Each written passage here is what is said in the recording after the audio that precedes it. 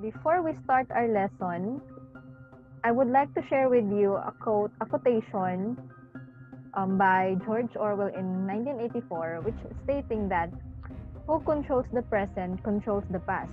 Who controls the past controls the future. Now, in our understanding of history, we will get to appreciate more this quotation and how it is related to the importance of learning history, not only in the history of our very own country, but of course how nations are connected, how nations before were connected to shape the entire phase of the Philippine history. Okay, before that, let us try to have an understanding first why history matters. Bakit importante ang history, ang kasaysayan? Why studying history is important for us, not only being as a student, but also as an individual. Okay, you may reflect first how history can be applied in your individual context. Why studying the past is important for us to better prepare for the future. So yun, those are the things that we can think about.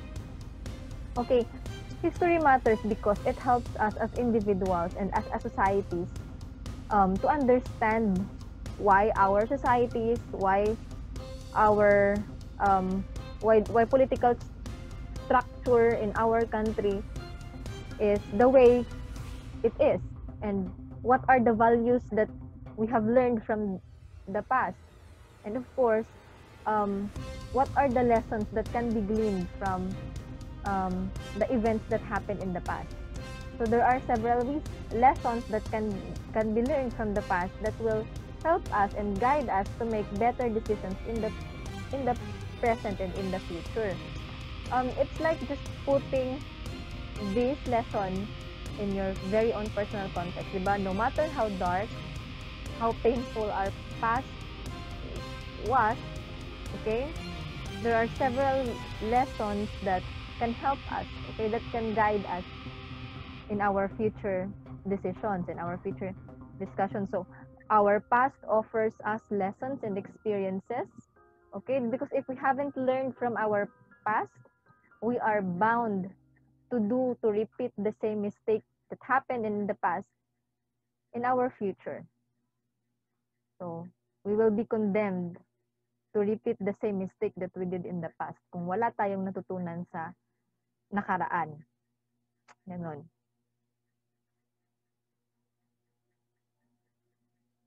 Now, let us understand what is the meaning of history and what are the different historical sources.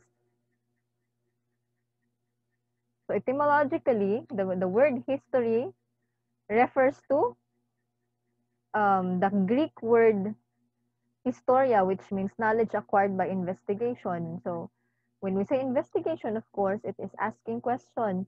We acquire knowledge by asking questions. So we know a certain events and we ask why, how did it happen? So anong nangyari, ganon. So basically, this is the way we learn history, not only through the things that we heard, but of course to the readings, to the related events that somehow paint us a picture of past events. Okay, on the other side, events occurring before written records are considered prehistoric. There are prehistoric events that walang evidences, but that doesn't mean that those events did not happen. So these are considered prehistoric events. Okay, so the scholars or the persons who are studying history are also called historians. So they are the one who do the research who do the investigation and come up with certain conclusions and interpretations of the things that they learned about the past. Okay, history is a narration of the events which have happened among mankind, including an account of the rise and fall of the nations, as well as of great changes which have affected the political and social conditions of the human race. This is according to John Anderson in 1876 in his publication, A Manual of General History. So the word history is referred usually for the accounts of phenomena, especially human affairs in chronological order. So it includes how nations were connected and how the certain events happened and what are the series of events that happened before that. Okay, so there are two theories that constructed by historians in investigating history. The first one is the factual history, and the second one is speculative history. So, isa-isahin natin siya. When we say factual class, it has something to do with facts. Okay, it is concerning with facts. It concerns with facts rather. Meaning to say, it does not give personal interpretation or theories. It does not offer personal insights or perspective, but rather we rely on facts.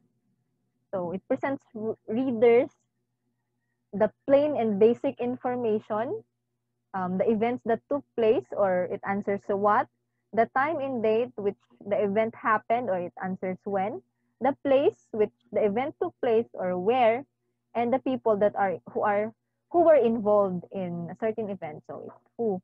So it answers the question what, when, where, and who.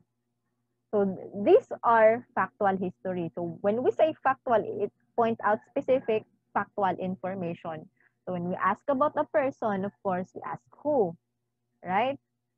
So it is pointing out specific answer, factual answer.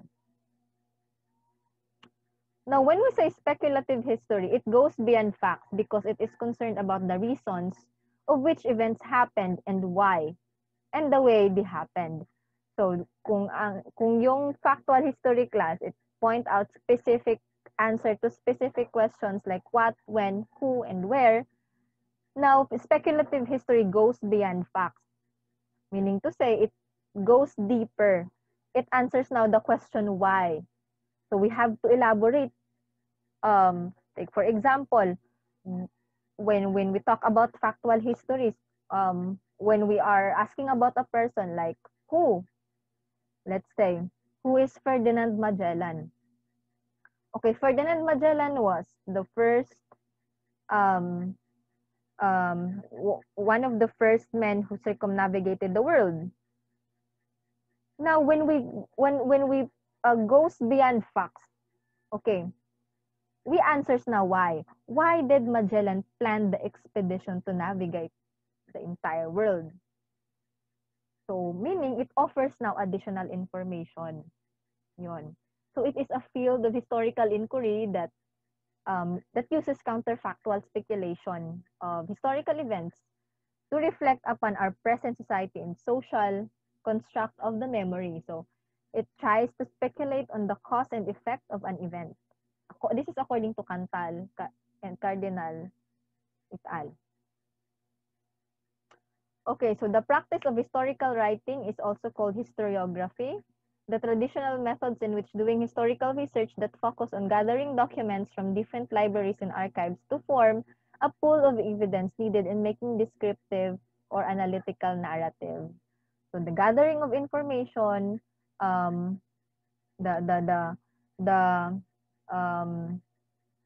collection of data and evidences are called historiography. So that's what historians are doing.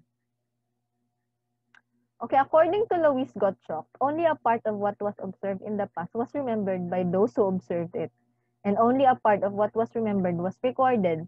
Only a part of what was recorded has survived, and only a part of what has survived has come to the historian's attention. So, for Luis Gottschalk class, the history is it's a wide picture, and what we know is just part of it, a little portion of it. Kasi sa lawak ng kasaysayan class, napaka-konti lang ang nalalaman natin doon. Example, okay, when when someone asks about what happened in the Second World War, okay, only a part of the World War have been recorded. The Second World War happened in 1939 to 1945. So that is 6 years of war. Okay? But if someone asks you what happened during the World War, I bet you can only write for at least a maximum of one-pager discussion, right? Kasi napaka-konti lang nalalaman natin sa history. According to Louis Gottschalk, because only of a part of what was observed in the past was remembered by those who observed it. And kung ano yung na-observe, yun lang din yung naalala, yun lang din yung nagawa ng record, at yun lang din yung nag-survive. Yun. Only a part of what is credible has been grasped, and only a part of what has been grasped can be expounded or narrated by the historians. Now, what are historical data? So historical sources are object from the past or testimony concerning the past on which historians depend in order to create their own depiction of the past. Another easiest way to understand historical sources are full of evidences. So these are the evidences that constructs a certain story about the past. Kasi when historical event before creating a depiction of a particular historical event, it must have a supporting historical sources. Okay. Historical data, these are sources from artifacts that have been left by the past. So these are artifacts such as relics or remains or the testimonies of the witnesses of the past. So kung ang sources class, these are where we get the historical data. The historical data, these are these are the myth, okay, these are the things, the artifacts that help us, okay, that we collect to support our story, to support historical story. In a broad context, it is a collected data about past events and circumstances pertaining to a particular subject. So, pwede siyang testimony or account ng mga witnesses. Like for example, example, if we gather information about what happened during the time of martial law, okay? Ang historical source natin, of course, we need to find someone who lived during the time of martial law. Let's say we know someone. Let's say we know someone who lived during the time of martial law. So siya yung historical source. Now, yung sasabihin niya, yung mga testimonies niya, yun yung historical data. Yun. Okay, what are the primary and secondary sources? So what are they? What are the disadvantages and what are the advantages rather and disadvantages of using primary and secondary sources? And what are the different categories? Okay, what is a primary source? Primary source, given the name itself primary, okay, it's a first-hand sources. Meaning to say, primary sources enable the researcher to get as close as possible to what actually happened during an historical event or period of time. So meaning to say, primary sources offer us with first-hand evidences.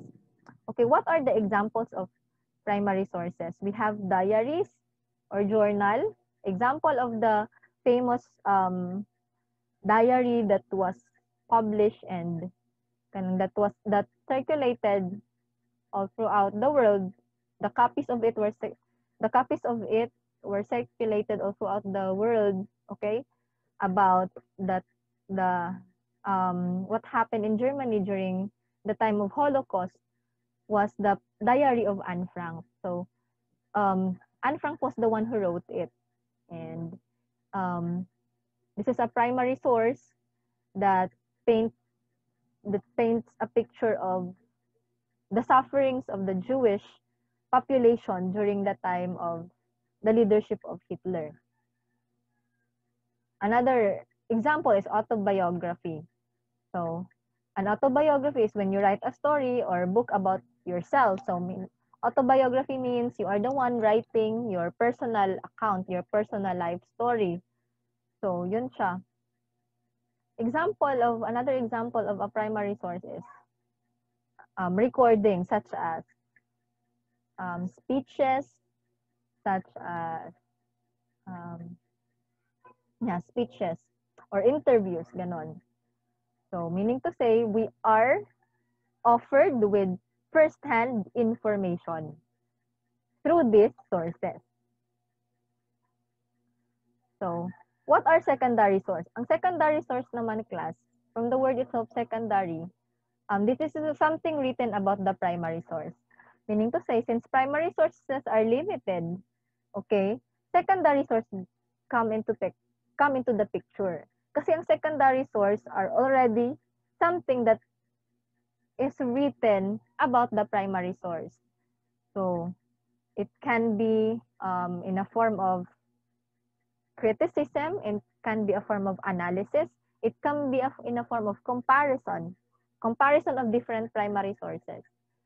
So secondary sources are written after the fact, that is later or at a later date. Usually, the author of the secondary source will have studied the primary sources of an historical period or event and will then interpret the evidences found in these sources. So you can think secondary source as second-hand information. But that does not mean that second-hand siya, that is not credible or that is not reliable. Kasi like I said, before a secondary source can be considered as authentic, okay, or reliable source of information, it must undergo a series of investigation and a series of study. So you can think about it like this. If I tell you something, I am now the primary source. Okay, if I tell you a story, I am now the primary source. If you tell someone else what I told you, you are now the secondary source. You can either try to prove that my story is true. Okay? Pwede kang mag-imbestiga para mapatunayan na totoo yung sinasabi ko bago mo sabihin sa iba yung sinabi ko. Yun yung secondary source. So secondary sources are materials such as articles in the newspapers, that example, articles that criticizes, yun. Article that criticizes rather. So magazines, books, or articles found that evaluate someone else's original research. So those are examples of secondary sources. So why do we use primary sources? Ang advantage ng primary sources, class, since it is a personal account or a first-hand information, it is often unique and profoundly personal. Documents and objects can give a very real sense of what it was like to be alive during a long past time or a long past era. So primary sources provide us a window in the past, unfiltered access to the records of artistic, social, scientific, and political thought and achievements during the specific period under study. Okay, ang disadvantage naman ng primary source is that sometimes primary sources can be incomplete and have a little context. Kaya kailangan, before we before we attest that a certain historical event was authentic and reliable, there must be correspondingly dapat maraming primary sources that support historical data. Okay, so the advantage of using primary source is first, secondary sources can provide us an analysis, synthesis, interpretation, or evaluation of the original information. Kasi, like I said, it had undergone a series of investigation. So, ginagawan siya ng research. Sometimes they compare one primary source to another, and secondary sources are best for uncovering background or historical information about a topic and broadening your understanding of a topic by exposing you to others' perspectives and interpretations. Of course, it also allows readers to get expert views of events and often bring together multiple primary sources relevant to the subject matter.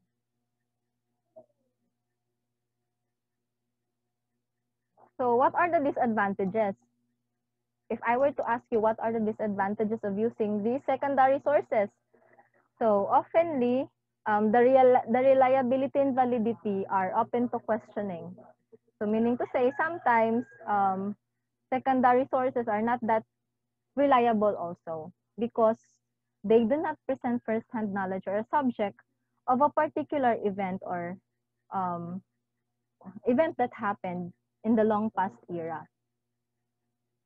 And sometimes the countless books and articles pertaining to a particular subject matter does not coincide with each other. Sometimes what we read about something is different from other secondary sources, different from what other secondary sources are offering.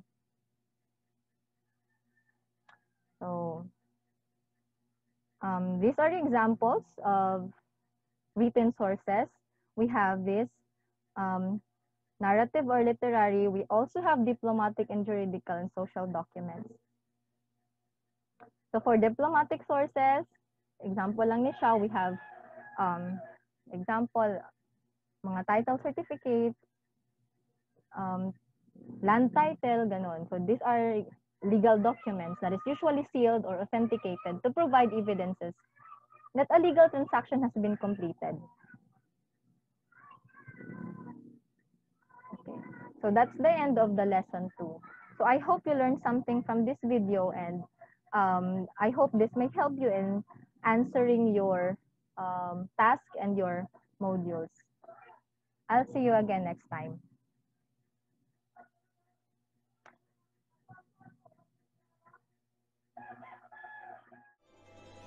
Punitin ang mga schedule nyo! Mabuhay ang Katipunan!